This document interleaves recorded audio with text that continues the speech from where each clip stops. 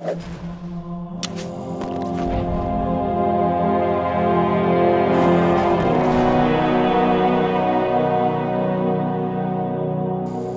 name is Frank. I'm a polygon pimp.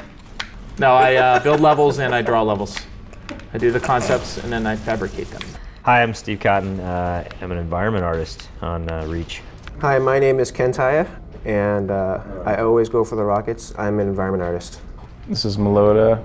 They put my name as Mike, but most call me Melota, and I work. Terrible. Yeah. Wait, did I even get my name right? Cut this. Can you talk any slower? My name is Mike Melota, and this is my level. You can't do an impersonation of yourself. I'm Mike Melota, environment artist, architect, gameplay modifier, destroyer. This is Anchor 9, the best map ever. Yeah, this is Anchor 9, right? So we named it Anchor 9, and then after that, I put a 9 up there. Bam. Yeah, it's one of 9 anchors. 18 actually. You know, from day one, this was actually a pretty favorite map among the guys that were just sort of play testing, and so it hasn't changed layout-wise really all that much. A lot of times our maps will go through a lot of iteration, and we'll rip a side off, or we'll double the width of a gap or something like that because it's not working, and this one really has kind of stayed pretty consistent.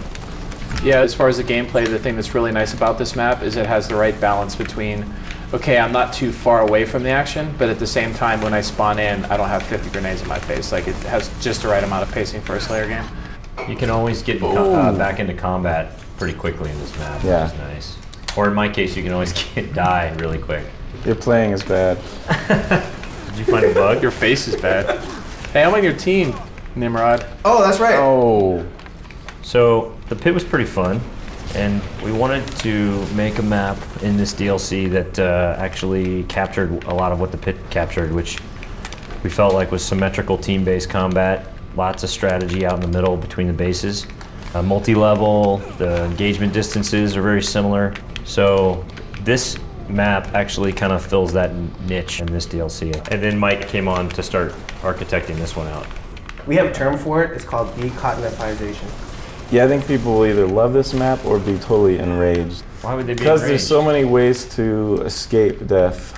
Even though it's really a tight map, I always wanted to make sure that there was an escape route because I'm often being chased. So to give myself a few more seconds to live, I'd make sure there's a little drop down or a window to run through or maybe something to hop up on. So Melota used the bevel tool in this hallway, I see? Yeah, heavily. Bevel everywhere, primary art direction. Oh, look at this cheater. Take that grenade. I know when we sat down to think about the DLC maps, I know this one particularly had a lot of potential because of the low grav outside. Well, yeah, you know, it's funny because recently we got the Microsoft testing, and they came back, gave us a bug that it was kind of too easy to die out here. I don't know, it's just, it seems perfect to me, the amount of danger out there. Well, it's a ninja ledge, right? I mean, you're finding a shortcut, but there's like a payoff and there's also a danger. So it's risk and reward, right? If you stay inside, it's safe. I mean, well, with the exception of getting shot, but the level's not going to fight you. But when you're on the outside, you have a shortcut, but the level could be actual danger. And it sounds awesome out there. Originally, I was hoping that this space station could be kind of a crippled, half-destroyed space station during the War of Reach, and there'd be like all these crazy spaceships flying by that were like killing frame under rate? attack, and yeah. Oh, visually. But I really like the way it turned out. It just feels really clean and easy to navigate. Probably if there was all this damage and smoke and crazy movie stuff going on, I would be getting killed even more than I do now. So wouldn't know where I was. Well, you made this map, right? So that means you have to be the best at it, right? If that was only the case. I guess it's pretty interesting as far as the art side of things. When we were building the map out, memory is always a concern with bitmaps, and doing one-to-one unwraps for the objects takes a lot of memory. So Milton, he did the missile cards here, and he also did the engine service module. He did it in such a way where it looks like it has a one-on-one custom unwrap, but it's mostly tile textures. So he developed some really cool techniques of fabricating those objects.